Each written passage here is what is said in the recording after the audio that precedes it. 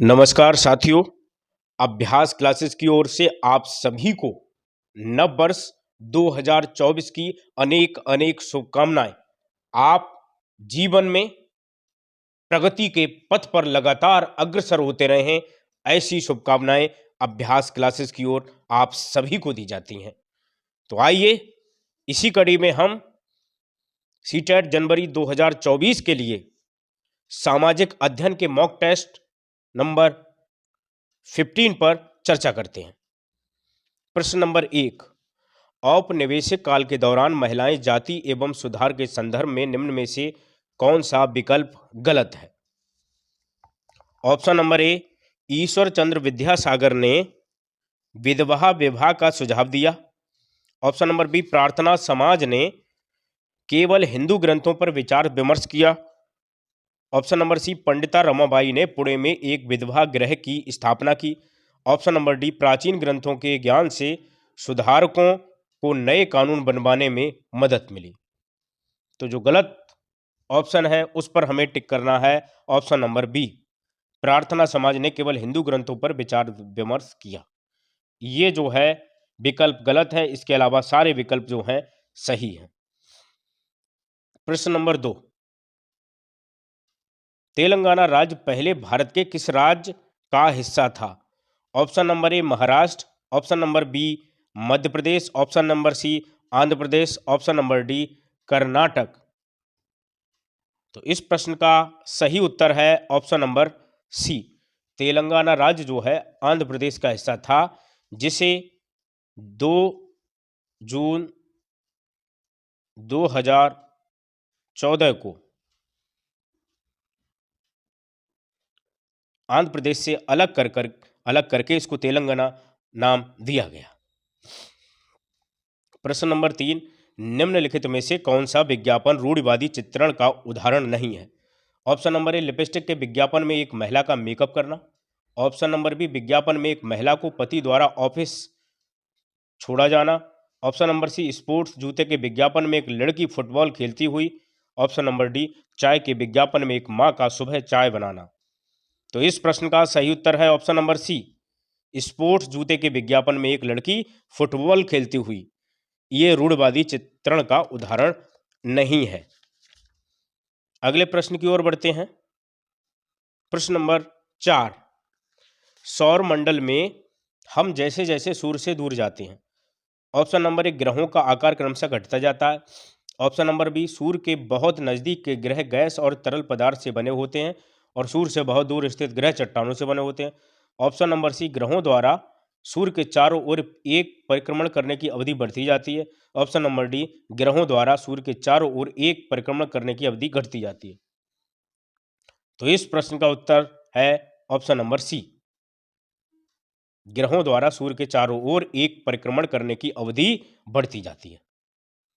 प्रश्न नंबर 5, निम्नलिखित में से कौन सी नदियां सुंदरबन डेल्टा का निर्माण करती हैं? ऑप्शन नंबर ए, महानदी एवं Godavari. Option number B, Krishna एवं Kaveri. Option number C, Ganga एवं Brahmaputra. Option number D, Narmada एवं तापी। तो इस प्रश्न का सही उत्तर है ऑप्शन नंबर सी, गंगा एवं ब्रह्मपुत्र। प्रश्न नंबर 6, अंतरिक्ष से प्रवेश करने वाले उल्कापिंड इस परत में आने पर जल जाते हैं तथा इस परत में बढ़ती ऊंचाई के साथ तापमान घटता है। ऑप्शन नंबर ए, मध्यमंडल। ऑप्शन नंबर बी, वायुमंडल। ऑप्शन नंबर सी, क्षोभ मंडल। ऑप्शन नंबर डी, समताप मंडल। तो इस प्रश्न का सही उत्तर है ऑप्शन नंबर ए, मध्यमंडल। प्रश्न नंबर 7, आतपन का संबंध है। ऑप्शन नंबर ए, सूर्य ऊर्जा के साथ। ऑप्शन नंबर बी, बहिर मंडल और उसमें होने वाली गैसों के साथ। ऑप्शन नंबर सी, वायु दाब के साथ। ऑप्शन नंबर डी, मौसमी पवनों के साथ। तो इस प्रश्न का सही उत्तर है ऑप्शन नंबर ए, सूर्य ऊर्जा के साथ आतपन का संबंध है।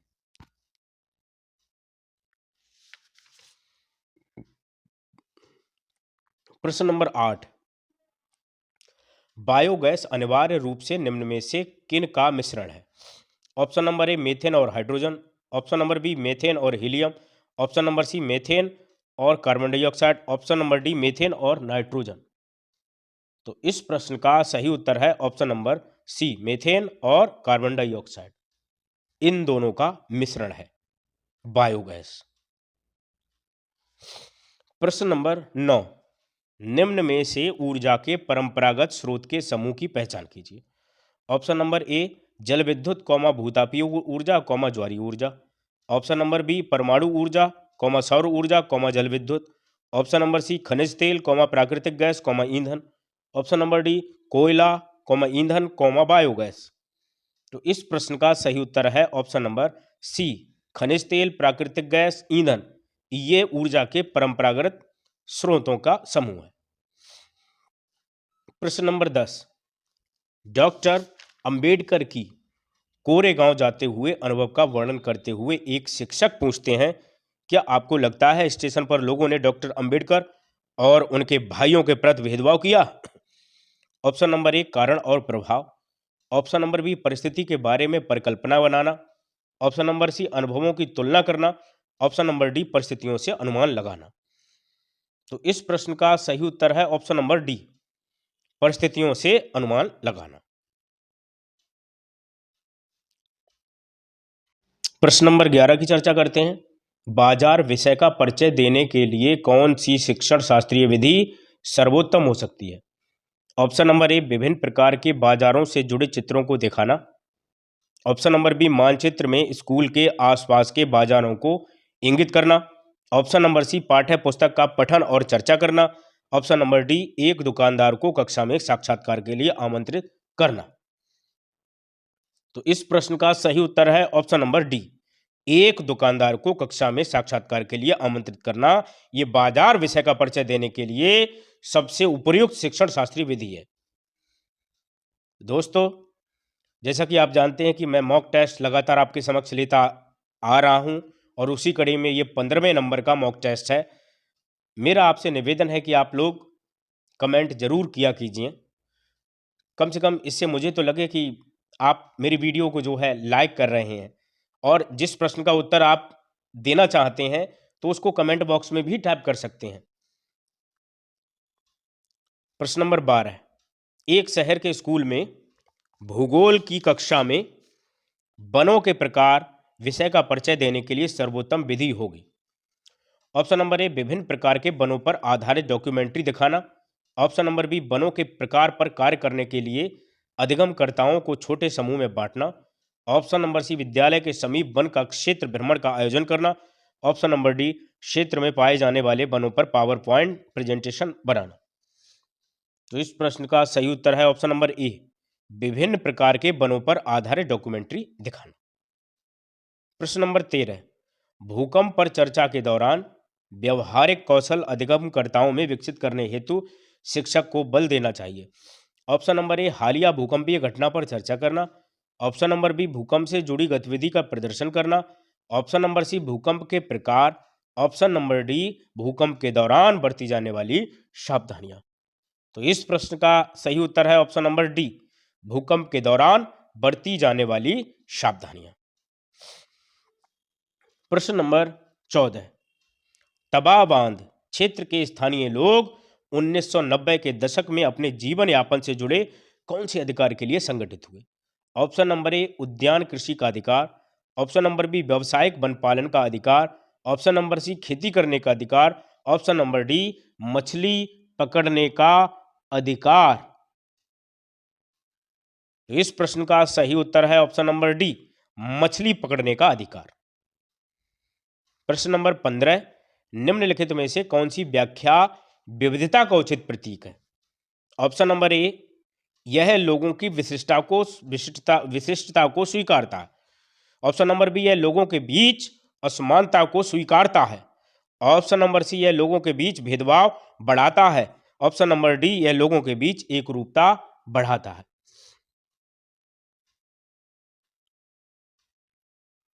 तो इस प्रश्न का सही उत्तर है ऑप्शन नंबर ए यह लोगों की विशिष्टता को स्वीकारता है।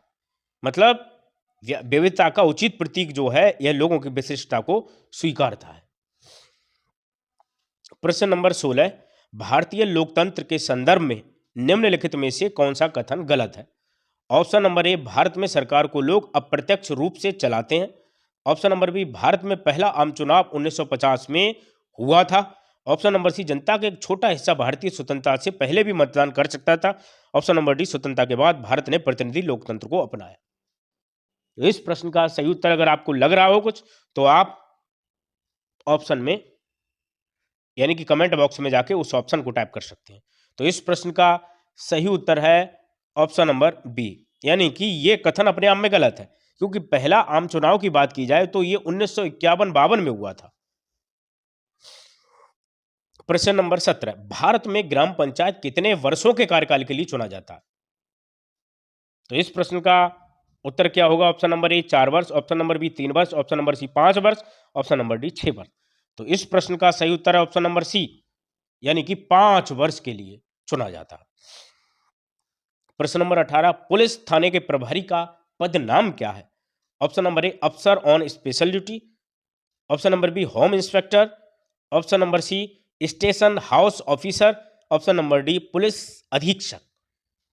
तो इस प्रश्न का सही उत्तर है option number C, station house officer, जिसको SHO भी बोलते हैं, SHO। प्रश्न नंबर 19, हिंदू उत्तराधिकार अधिनियम में लाई गई 2005 के संशोधन ने निम्न में से क्या मुहैया करवाया?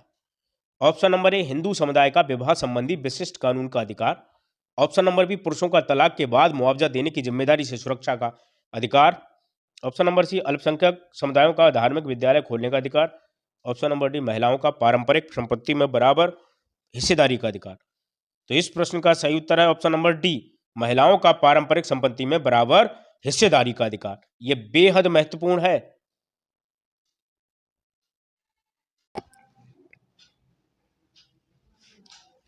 प्रश्न नंबर 20 की बात करते हैं।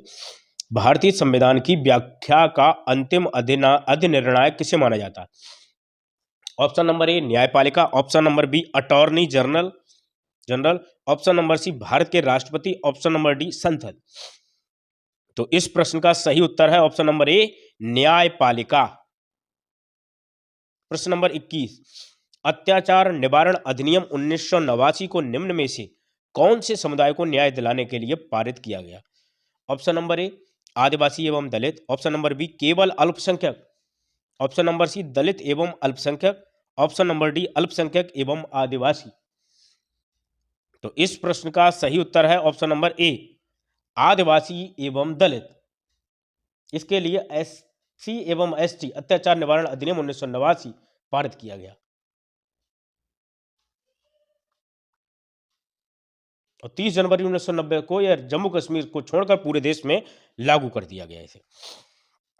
प्रश्न नंबर 22, ऐसी राजनीतिक व्यवस्था जिसमें एक से ज्यादा स्तर की सरकार हो उसे क्या कहा जा सकता है? ऑप्शन नंबर ए, गणतंत्रात्मक, ऑप्शन नंबर बी, संघवाद, ऑप्शन नंबर सी, धर्मनिरपेक्ष, ऑप्शन नंबर डी, उदारवादी। तो इस प्रश्न का सही उत्तर है ऑप्शन नंबर बी, संघवाद। इसे क्या कहा जा सकता है? संघवाद। प्रश्न नंबर 23, नई दिल्ली के वास्तुशैली की चर्चा में एक शिक्षक को केंद्रित करना चाहिए। ऑप्शन नंबर ए, उसकी शैली पुरानी दिल्ली की शैली से कैसे श्रेष्ठ है।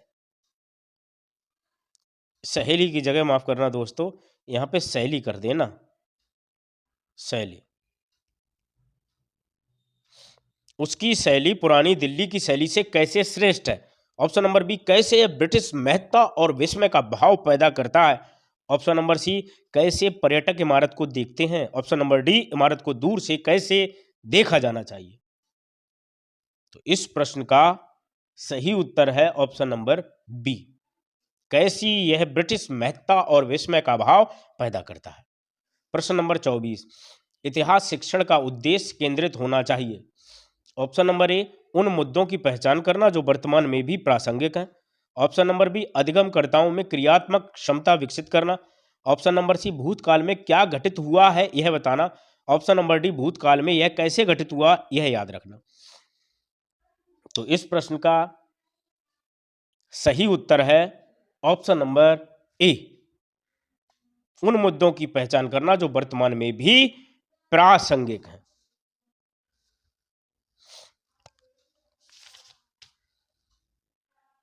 प्रश्न नंबर 25 द्वितीयक स्रोत का उदाहरण है। प्रश्न नंबर 25 द्वितीयक स्रोत का उदाहरण है। ऑप्शन नंबर ए भारत का संविधान, option number B Abanindranath Tagore की पेंटिंग, अवनींद्रनाथ टैगोर की painting, option number C A Bayly द्वारा लिखित an illustrated history of modern India, option number D James Mill द्वारा लिखित a history of British India. तो इस प्रश्न का सही उत्तर है option number C A Bayly द्वारा लिखित an illustrated history of India, ये द्वितीयक स्रोत का उदाहरण है। प्रश्न नंबर 26 औपनिवेशिक भारत में स्त्री शिक्षा पर चर्चा करने के लिए विद्यार्थी निम्न आत्मकथाओं में से किसी को संदर्भित कर सकते हैं या किसको संदर्भित कर सकते हैं। यहां कर लेंगे किसको संदर्भित कर सकते हैं। Option number A Rokeya Sakhawat Hossain कृत सुल्ताना का स्वप्न, ऑप्शन नंबर बी सतनार कृत Manimekalai, option number C Tarabai Shinde कृत स्त्री पुरुष तुलना, ऑप्शन नंबर डी राज सुंदरी देवी कृत आमार जीवन। तो इस प्रश्न का सही उत्तर है ऑप्शन नंबर डी राज सुंदरी देवी कृत आमार जीवन। प्रश्न नंबर 27 एक सक्रिय सामाजिक विज्ञान की कक्षा अधिगमकर्ताओं को प्रेरित करती है। ऑप्शन नंबर ए व्याख्यान को सुनना और साझा किए गए पर निर्भर रहना, ऑप्शन नंबर बी चुनौतीपूर्ण प्रोजेक्ट में भागीदार बनना, ऑप्शन नंबर सी चर्चाओं को न्यूनतम रखना, ऑप्शन नंबर डी पाठ्य पुस्तक के पठन पर केंद्रित होना। तो इस प्रश्न का सही उत्तर है ऑप्शन नंबर बी चुनौतीपूर्ण प्रोजेक्ट में भागीदार बनना। प्रश्न नंबर 28 की बात करते हैं। निम्नलिखित में कौन सा कथन खनिज के संदर्भ में सही नहीं है।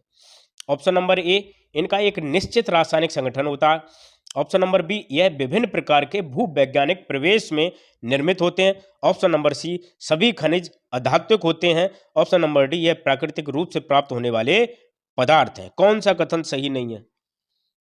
तो इस प्रश्न का ऑप्शन सी जो है इसका उत्तर है कि सभी खनिज अधात्विक होते हैं। ये ठीक नहीं है क्योंकि कुछ खनिज जो हैं धात्विक भी होते हैं। प्रश्न नंबर 29 BCE का तात्पर्य है। Option number A before common era, option number B before Caesar era, option number C before contemporary era, option number D before Christian era. तो इस प्रश्न का सही उत्तर है option number A before common era, BC before common era. प्रश्न नंबर 30 हम यह आज कैसे जानते हैं कि पुरापाषाण युग में भारत में शुतुरमुर्ग होते थे। ऑप्शन नंबर ए महाराष्ट्र के पटने पुरास्थल से शुतुरमुर्ग के अंडों के अवशेष मिले हैं, ऑप्शन नंबर बी शुतुरमुर्ग पर मौखिक स्मृतियां हमारे पास दिल्ली के राष्ट्रीय संग्रहालय में अभिलिखित हैं, ऑप्शन नंबर सी विदेशी यात्रियों के वृत्तांतों में इसका वर्णन है, ऑप्शन नंबर डी उसे समय की कृतियों में इन पक्षियों के विविध लेख हमें मिलते हैं। तो इस प्रश्न का सही उत्तर है ऑप्शन नंबर ए महाराष्ट्र के पटने पुरास्थल से शुतुरमुर्ग के अंडे के अवशेष मिले हैं। तो इस तरीके से दोस्तों ये 30 अति महत्वपूर्ण प्रश्न थे जिनके आपकी परीक्षा से बहुत कुछ लेने देना, क्योंकि ये प्रश्न जो है विगत वर्षों की जो है प्रश्न पत्रों में सीटेट परीक्षा में पूछे गए हैं। तो इस नव वर्ष में मैं ये आशा और विश्वास करता हूं कि आप पूरी मेहनत के साथ पूरी ईमानदारी के साथ अपनी तैयारी को अंजाम देंगे और इस एग्जाम को अच्छे नंबरों के साथ क्वालिफाई करेंगे, ऐसी मेरी आकांक्षा है।